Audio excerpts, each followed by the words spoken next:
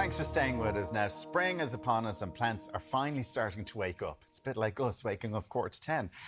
It's the perfect time to get out and walk and see what Mother Nature has to offer. So here with all of our tips for first-time foragers, it's Feebee Foran. Feebee, how are you? Good morning. Good how are morning you? to you. How are you? So, look, spring is coming in again, so the perfect time to get out and forage. But for people who've never foraged before, like you, like me, we were just talking about that off air. What should we be looking for now at this time of year? Okay, well, it is the top question that people will ask me. How do I get started? What do I do? How do I know that I'm picking the right stuff? Yes, and exactly. Like, you've got to be safe. Absolutely. And they say that you can eat every plant or every mushroom once. You might not get to eat them a second time. So knowing what you're eating or picking or why you're picking it, what you're going to use it for is really, really important. At the moment, you'll start to see lots of new stuff coming back, lots of new shoots coming up. And like I would always say, if you're going to go foraging, know what you're picking first. So there's lots of great ways that you can, if you were going to get out and about and start figuring out what's growing around you, there are lovely ways that you can do so. The first one is by downloading an app called Picture This. There's also another one called Seek, and you can literally take a photograph of the plant and it'll pop up all the information that you need to know about it. Okay. Now, like technology, sometimes it's not 100%. So, but it might steer you in the right direction as to what the plant is. And I would always say to anybody foraging to pick themselves up what's called a field guide.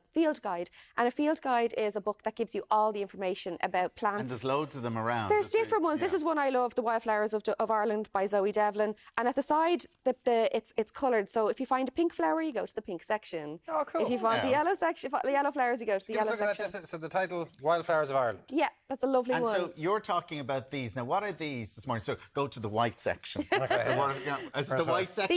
These ones are... White, yeah, here we go. Three Cornered Leeks. That might be hogsweed. No. They could be sea carrot. Hang on. Is Cowbane. that it there? No. Scots lovage. What are these? Fool's parsley.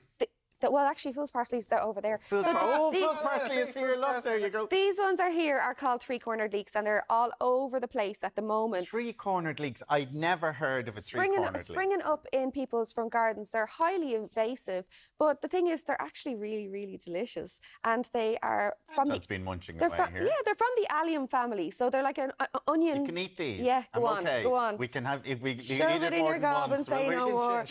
Have a little taste of him. Garlicky, oniony. So a lot of people will actually mistake these for... Really garlicky. I know, right? They'll mistake these for wild garlic. I'll hear people saying, oh, look, Phoebe, there's lots of wild garlic. These are actually called three-cornered leeks.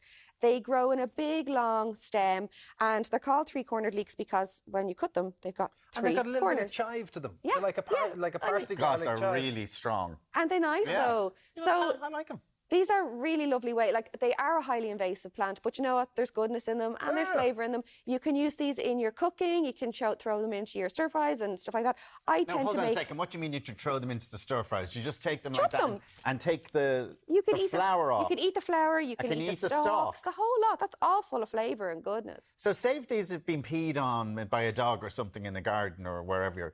Oh, don't eat those ones. How do you know? No, just give them a good L wash. Now, you don't need to be getting any heavy-duty chemicals out, but give things a good L wash before you use them. It's kind of... When it comes to pee, it's one of those things. People will always say that as well. Phoebe, what if there's... Oh, no, enjoying them now? He's loving the garlic. It's the pee. The pee you're loving. Dogs and foxes and badgers tend to pee along edges of walkways and pathways and stuff like that. So if you are foraging, take a good few steps inwards, so that you're not foraging from an edge of a path. Because as well as that, there's going to be like kicking up of pollution and dust and dirt. I'm loving these. I know. Spicy. So what do you do with them? Is this butter with these? These ones here, I made some, three-cornered leek butter with them, and it's basically like garlic butter. Can I try some? Yeah, go for it. I've had a slice already. Yeah. And all you have to do is literally when you go and you collect your three-cornered leeks. No, I had some. And I actually collected these from my neighbour Brenda's front garden yesterday morning, and because they're growing everywhere, and you literally just chop them up into small little chunks. Yeah. And you'll smell I can smell the garlic. And all you do is you're just going to throw them in to some softened butter and you just mash it all up. All right. Mash it. Simple as that. Give it a mash. So Now, the my butter flowers isn't as so well soft. are just the stalks? You can use the flowers and the stalks. But, you know, That's genuinely lovely. It's like a parsley garlic butter. Yeah, it's really nice. And those flowers are actually lovely as a garnish on salads and on top of soups and stuff like that as well. But you just mash them up. My butter's gone a bit hard. Now, and then tip them into some parchment paper, roll it all up, and that's what I made these from. So, And you do an oil as well, is that right? I got one here. You can do the exact same thing with an oil. Like to make an oil infusion, you literally just chop them up and melt the. You don't even need to if you're using like an olive oil. If you have your olive oil in your to infuse the olive oil. You can literally put them straight into so then you have the garlic olive oil. And then for drizzling over your soups and stuff, yeah. So you were saying like you got that in your neighbour's garden. Yes. That's already very. We can't be invading our neighbour's garden. Like Get permission first. Have you got to be careful where you're doing this? Yes. Like, can you do it anywhere? Can you go into a local park and do it? Yeah, you actually can. Like as long the thing is there's a form of ethically foraging means is the that park ranger going to come around and arrest you? Give us now, back me 3 I tell you, if you went in with your snips and started clearing an entire area of plants with basket loads. Yeah, you're just asking for trouble, really. Whereas when you're ethically foraging, you're taking a snip off from here and a snip off from there, a snip from like as you're walking along. And the thing is, we don't want to clear an entire area of plants, but also just because it's free doesn't mean we get to use it all. We get to go into the shop if we want to buy food. Nature doesn't. Wildlife actually uses a lot of these plants for give us food the as title well. again. Three Cornered Leeks. Three-cornered Are you leeks. obsessed now? Oh, I'm Obsessed? totally this. Yeah, Obsessed. this afternoon I'll go hunting. Genuinely, he's going to buy a cauliflower. Forager Feebee, thank you so much. You're so welcome. That's brilliant. Now that's all we have time for today. And we're in what's coming up on tomorrow's show. So many promises from today's show to do with food. Coming up tomorrow, we're